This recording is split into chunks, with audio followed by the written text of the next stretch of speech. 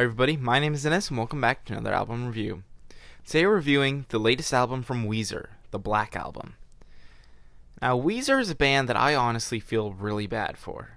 They came out with the Blue Album, which got them a lot of success. The Blue Album is still an amazing listen that really revolutionized and rewrote what rock and alternative music could be at the time. And then they came out with Pinkerton, which upon its initial release was widely hated by effectively everyone. A lot of it was just because it wasn't the Blue Album.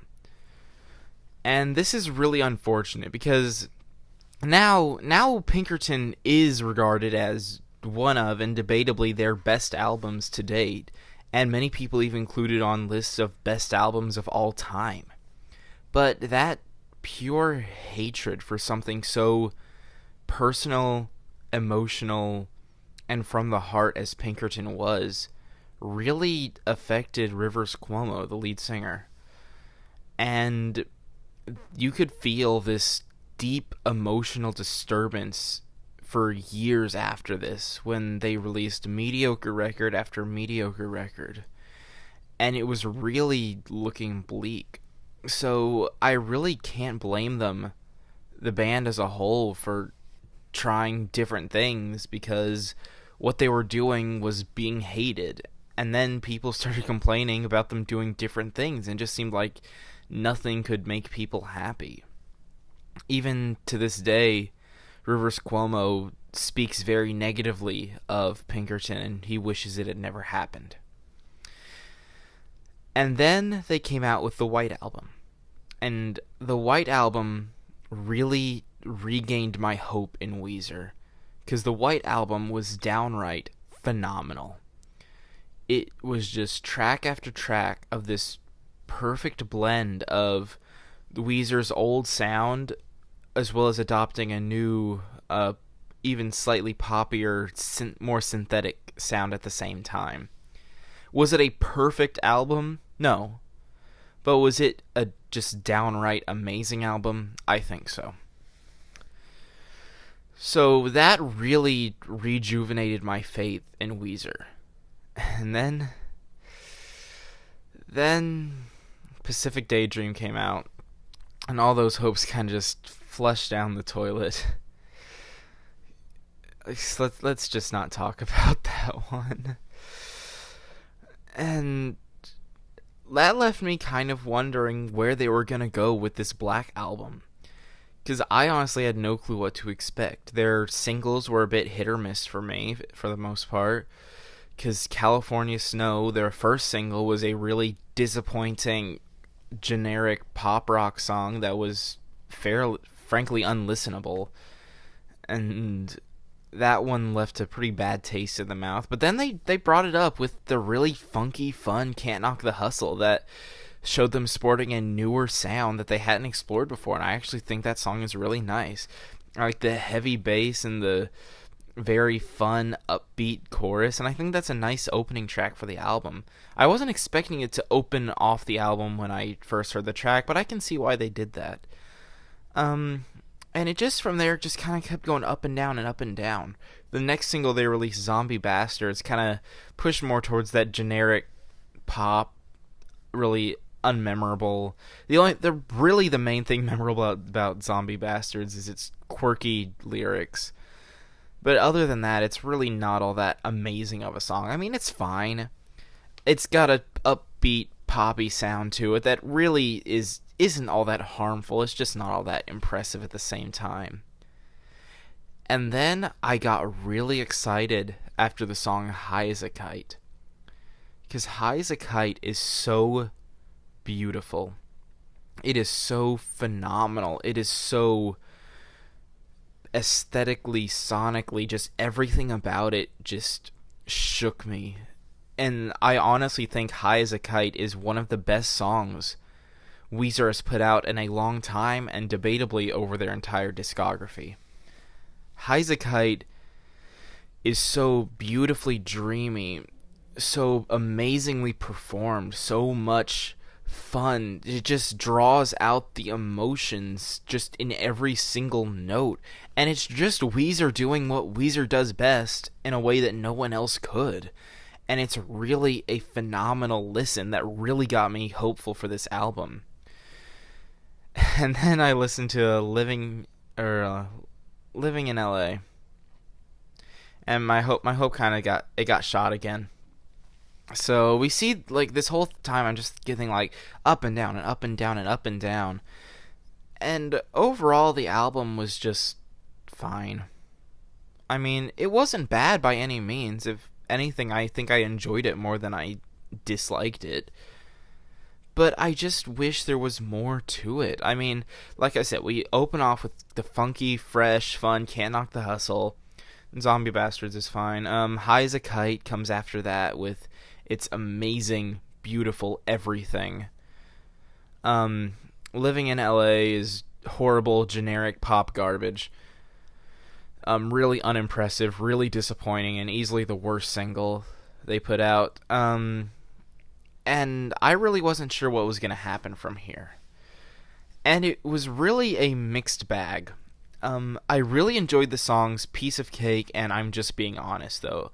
Piece of Cake is probably the best pop song on this record, for lack of better terminology, because it's really smooth, soft, and really dreamy.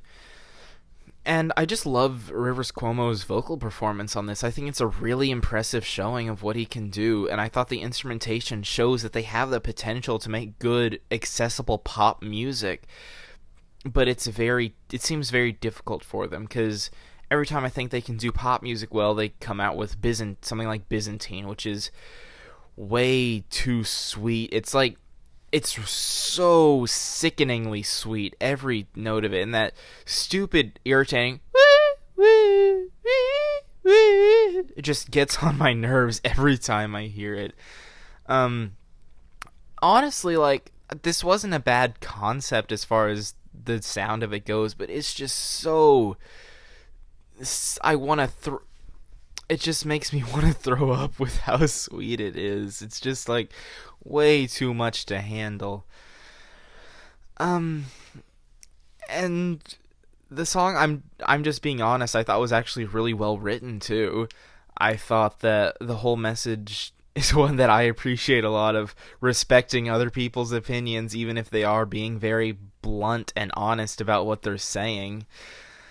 And I really thought that this was a very fun, typical Weezer song. Like, this is the kind of thing that I think Weezer should generally stick to, because it seems to be what they do best. And that doesn't mean they can't do something different or try something new at times, but I just wish when they were trying something new, it wasn't something that's already been done better 100 times over. The Prince who wanted everything. I was almost appalled by this song. I thought the instrumentation was lacking at best. I thought the vocal performance was weak. I thought everything about it was just really unimpressive. But it gets even worse when you start looking into the lyrics of things, because it is straight up dissing the legendary singer, songwriter, Prince. And Prince is, even to this day, had a huge impact on pop and R&B music in general. I mean, you can still hear songs and you think, that sounds like a Prince song, because his sound was that iconic and phenomenally well structured.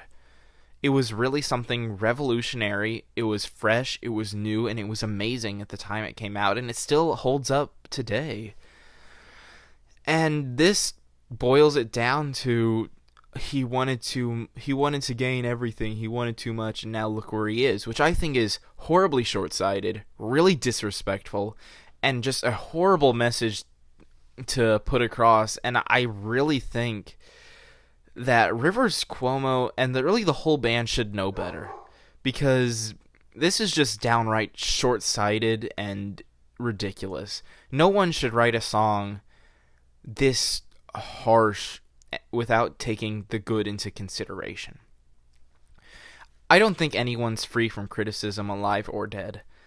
But that doesn't give you the right to blindly bash someone just because you want to make your own point without even addressing the real issues at hand. His fame isn't what brought him down. It was a drug overdose, which is a completely unrelated issue and a completely different topic that still needs addressing. If you wanted to address that, by all means, go ahead. But this was not the way to do it. This was horribly done, horribly written, and I was really appalled with how much of a lack of thought was put into the message. Rivers Cuomo has shown himself to be an amazing songwriter, but this is not an example of that. This was horrible. So, overall, again, it was more or less of a mixed bag. I still generally enjoyed it, though. There were plenty of good tracks. Can't Knock the Hustle, again, was funky and fresh.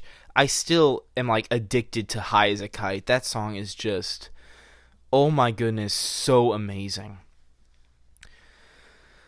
And if it weren't for a lot of these tracks being so great, I think my opinion of this album would be a lot less than it currently is. So overall, I'm honestly feeling a decent 6. I know it seems like I was being pretty harsh on this album, and it seemed like I didn't like it, but really the tracks I enjoyed a lot. And even though there were a lot of tracks that I disliked, aside from a couple, none of them were really that horrible.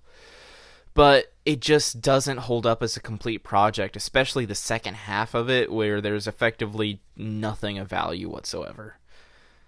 So with that being said, make sure to tell me what you thought of the Black Album. Tell me how wrong my opinion is, as always, and I'll see you in the next review.